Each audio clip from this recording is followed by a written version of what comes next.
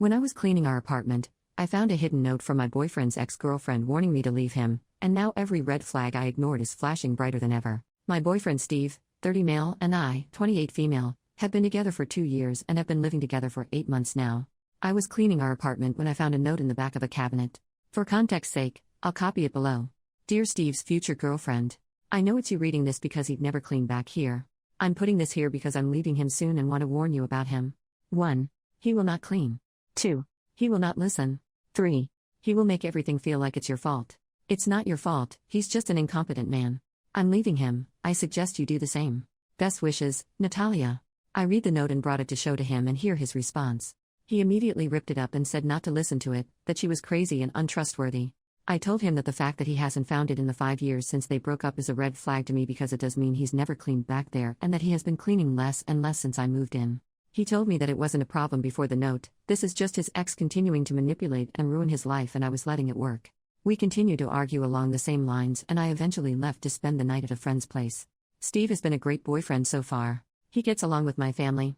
He has given me gifts and flowers and always tells me how much he loves me. He's not wrong that the cleaning hasn't really been brought up before. The note made me realize it had been less and less and that we needed to have a full conversation.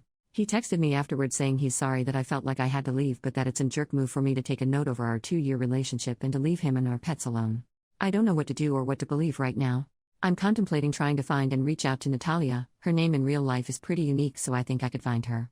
Steve thinks I should come back home and let it go, that his past shouldn't affect our future. I feel like I could be the jerk because everything Steve has said about Natalia does make it sound like she was manipulative and petty throughout their relationship, but I don't know what to trust. Edit, I realized I didn't clarify enough about the points, especially the cleaning. When we moved in together 8 months ago, the cleaning was 50-50. Since then, he's been doing things less and less and I'd say it's at like 70-30, maybe 60-40 if he listens to me right away, it depends on the week. I have to remind him to do things like bring his plates to the sink or take out the trash and I didn't have to before. The dishes will pile up unless I do them, to the point where he's had leftover food mold on the plates. I'm not a confrontational person so I was just asking him to fix it when it came up. The note made me reflect on it more and try to have an actual full conversation, and I will say I didn't feel listened to when I talked to him about it. I tried to use the note to start a conversation about cleaning and he got so stuck on the fact that I was listening to his ex instead of him, that he wouldn't listen to what I think are valid concerns. He thinks I'm letting the note have confirmation bias so no matter what he says I'll think he's in the wrong. Also, I didn't leave him permanently. This all happened yesterday and I only spent one night at a friend's because I didn't feel like our conversation was going anywhere last night and he wouldn't let me sleep until I let it go. I'm going back today and wanted to get advice and feedback before I do. Edit 2, I appreciate all your comments. I'm heading back to our place now. My plan is to first apologize for immediately bringing him the note without thinking of his feelings and validate that it's hard to have an ex's message found. That being said, you're all right that I've been letting the cleaning stuff get away. I don't want to be in a relationship where I have to ask him repeatedly to clean. It was pointed out to me that he should have cleaned the shelves during his move from his ex's place. The fact that it hasn't been touched in 5 years is forcing me to take the note seriously. I don't want to throw away 2 years so I am going to ask him to come up with some clear cleaning expectations with me and designated chores. I will make it clear that cleaning is absolutely a deal breaker for me. It's his decision on how he wants to respond. Update, I followed your advice from the last post and tried to have a calm discussion with Steve. When I apologized for confronting him with a note, he seemed to take that as an admission of guilt and refused to listen to anything else. I had come up with a list of specific instances of not cleaning like many of you suggested, and he said I was using lists just like his manipulative ex did. So yeah, the crazy ex thing you all said was a red flag was definitely true. When I realized the conversation wasn't going anywhere, he even tried to block me from leaving. That's when I knew it was done and left immediately. 2 years down the drain, but I'm glad I had the wake-up call before it was too late. I will let him cool off and then will ask my brother to come with me to grab my things while he's not there. He has a strict work schedule so I think it'll work out. I am planning on leaving a note there, but probably a little longer with the advice to not show it to him. I'm leaving it in the exact same place, so if he doesn't learn his lesson about cleaning, it'll come to haunt him. All he has to do is clean. The biggest surprise out of all of this is that I didn't reach out to Natalia, she reached out to me. Apparently he borrowed his friend's phone to call her screaming that she's ruining his life still. The fact that she blocked him and he still had her number memorized just further confirms he was the crazy ex, not her. Natalia found me on social media and wanted to make sure I was okay and was especially concerned that he'd gaslight me like he tried with her. I thanked her for leaving me the note and saving me time. We scheduled coffee for Thursday afternoon. I wanted to thank you all again for the advice, especially the person who posted the Love is Respect website. I took the healthy relationship quiz after our conversation and it wasn't great. You called out how he was weaning me into an unhealthy relationship so well. For now, my friend said I can stay until I find a new place.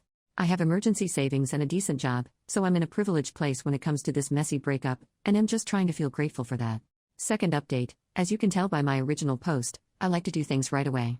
It was definitely a mistake to bring him the note right away, but doing the things I did this morning right away was not a mistake as it allowed me to save my pets. First, I want to respond to the comments saying I broke up a 2-year relationship over a note and chores.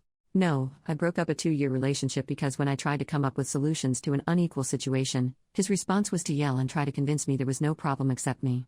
The final straw was when he physically blocked me from leaving the house after he was screaming at me. That is not okay, and no one should stay with a man who responds to conflict like that. Now on to the actual update. I wound up texting the post to Natalia last night and she thought it was great. She, like some of you, asked me about the pets. For context, one of the things Steve and I connected on was our love for little creatures. It's why I thought he was such a great guy, because if he could take such intricate care of his lizard, he could do the same with me. I was very wrong. He has one lizard he bought before me, and then we bought 2 frogs together. I have a snake I brought with me when I moved in. I was planning on waiting until he cooled down to go grab my things and the frogs and snake, thinking he would never hurt them, but Natalia changed my mind. She said he could get destructive when he's mad and was concerned about the safety of my little guys. I immediately knew I couldn't wait until later this week and reached out for a meeting with the landlord for early this morning. I wound up FaceTiming with Natalia last night and we had a long discussion. Natalia is a lawyer and told me that in our state, landlords are required to let me get out of the lease I signed in cases of domestic violence. She also told me that his yelling, gaslighting, and refusing to let me leave are all types of abuse. It's definitely hard for me to sit with that, but the Love is Respect relationship quiz helped me also realize that a bit more last night.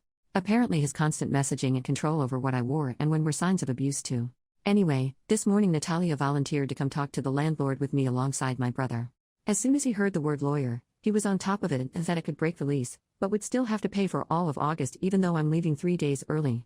I felt like that was fair. He also messaged Steve to say the apartment needed to be empty for emergency maintenance all day today so I could pack my things. Steve messaged back that he was at work all day and wouldn't be home until 6 p.m. When I got into the apartment, it was a mess. He had broken my dishes that I had brought with me on the ground and left the shards laying about. My clothes were ripped up and scattered around our room. It was disgusting and heartbreaking. He left his lizard alone, but opened the tank doors for our frogs and my snake. Luckily the frogs were still chilling in their enclosure, but my snake had gotten loose. This made me the most mad, as she could have gotten cut on the broken plates.